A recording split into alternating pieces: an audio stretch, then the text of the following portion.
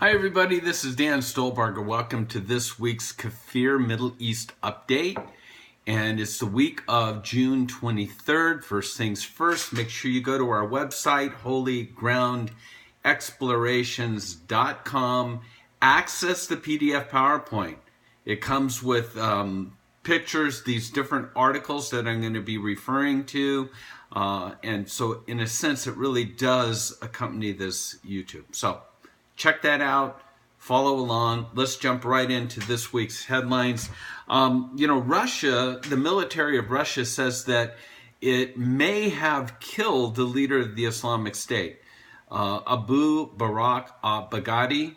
And so that's still not yet confirmed, but as you know, there have been a lot of different airstrikes, and Russia's claiming that they possibly have taken him out. Also this week, as you know, Jared Kushner, the senior White House advisor, has traveled to the Middle East to meet with both the Israelis and Palestinians to kind of start the kickoff in terms of priorities and potential next steps for this so-called two-state solution. We're going to talk a lot this week about what took place at the Damascus Gate, the death of Hadass. But in the meantime, Prime Minister Benjamin Netanyahu has instructed the defense establishment to examine the possibility of turning the area around the Damascus Gate into a sterile zone, at least in part with more rigorous security screening. I know for me, going through the Damascus Gate, each time we make our way to the Garden Tomb, it's always looking over my shoulder. In fact, I remember one time in particular coming out of the Damascus Gate and hearing gunshots and needing to sort of scurry across the street to get to the Garden Tomb. So it is a flashpoint, a hot spot, and so for me, as a leader of groups, I'd look forward to even more security in that area. Everything that's been taking place with Gaza and turning out the lights, the electricity, and all that, we've been covering that Gaza is threatening Israel with an explosion, as it says, if it doesn't supply electricity to Gaza at the expense of, as you guessed it, Israeli taxpayers. This is really a civil war between Hamas as well as Fatah, the Palestinian Authority. It looks like Egypt is going to bail them out, but once again, if there's blame to be given, it's always Israel. Well, as I said before, we were going to talk about what took place at the Damascus Gate with Hadass Malka. She was 23 years old. She was a border police that was killed in a coordinated stabbing and shooting attack in the old city of Jerusalem at the Damascus Gate. She was critically stabbed, and then her three assailants were neutralized. They were killed. She was taken to Hadassah Hospital and died upon arrival. A couple things about it. You've probably already heard this, the BBC headlines of this, that, think about this, 23-year-old girl was killed by 3 Palestinians stabbed, and then they were taken out. And the headlines of the BBC were that 3 Palestinians were killed in a knifing incident at the Damascus Gate. Not even a mention of Hadass. It's, whether it's fake news or whatever you want to call it, it's just totally out of control. Before I get into who did it, a couple things about Hadass, because this is really my heart. This is, look at the picture of this girl, a 23-year-old. It's said that she fought like a lioness. Thousands attended her funeral. Everyone believes that her actions saved lives. And one of her friends said, "We will never cower before the wretched terrorists." And so with that being said, I've seen videos of Netanyahu sitting with her parents. Jared Kushner, just his first stop was to see her parents and set Shiva as well. And so this is just something that, once again, it's just heart-wrenching. Well, now who's to blame? ISIS has claimed responsibility for this deadly attack last Friday, but there's been others that have jumped in. So ISIS claimed credit for the attack in Israel, and it's really the first time on Israeli soil, and they vowed to strike again. But the response in Israel was a bit of disbelief. Israeli officials genuinely dismissed the Islamic terrorist group assertion that it was behind the stabbing in Jerusalem. But top U.S. experts on the group said that officials would be wise to think again. The U.S. analysts warned that the Islamic State rarely bluffs about its attacks. The group has long vowed to destroy the Jewish state, and they've said that it may finally be trying to follow through on those threats. Now, with that, the PA, the Palestinian Authority, out of their account, the Minister of Health announced that 3 young people were shot by the occupation forces and that they died as martyrs. Again, the idea is that, wait a second, was it ISIS or was it the Palestinian Authority? Was it Fatah? And then another layer of the onion is this next article you'll see I entitled Hadass Melka's Killers. And this is what has just grabbed my heart in all of this. This is the crazy maker of it all. The police arrested 2 people in connection with this tragic event. One of them was the assailant's mother.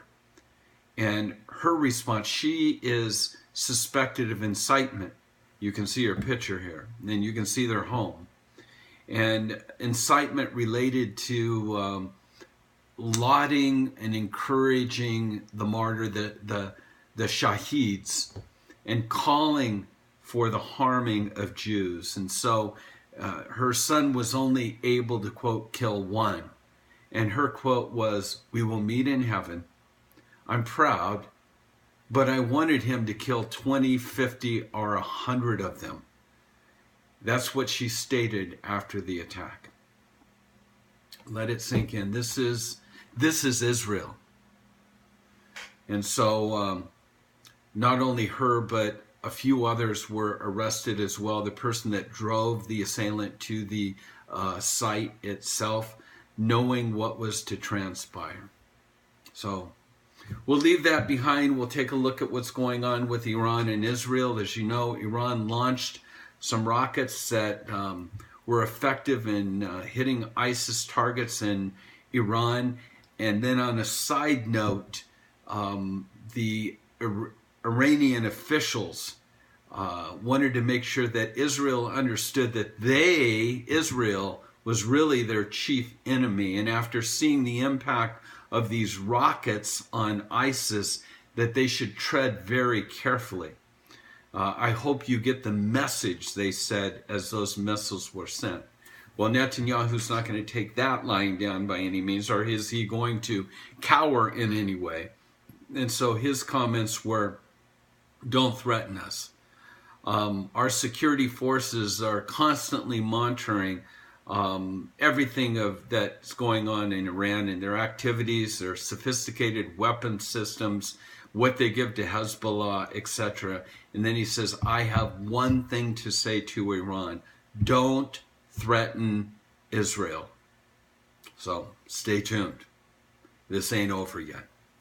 And then, crazy. It's the Middle East, right? Here's a picture of Hebron. You can see a soldier at the cave of Machpelah, the cave of the patriarchs. And the PA is now demanding that UNESCO register the cave of the patriarchs. You know, Abraham, Isaac, Jacob, Leah, Sarah, Rebecca, you know that group, right? The Palestinians want it registered as the second holiest spot for the Palestinian World Heritage Site. The PA is requesting that this meeting that's taking place on July 1st in Krakow, Poland, that the old city of Hebron will be registered as a Palestinian World Heritage Site. No comment. We're running out of time, so I'm going to let the rest of these articles, I'll just give you the titles and you can peruse them on your own. Keep your eyes on Turkey in response to everything that's going on the Temple Mount. Now, I'm talking about the old city. Turkey has become a major player, and it seems that Jordan is sort of drifting off in the background. The threats from Hezbollah continue. Nasrallah has come out to say that Hezbollah is preparing a, quote, big surprise for Israel. He says, you can't even imagine the size of our arms stockpile. You can read that article.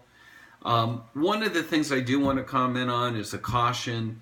The Trump administration seems to be pressuring Israel to move ahead with this peace deal. Again, we mentioned that Kushner is there today. From the Israeli side, there's some concern.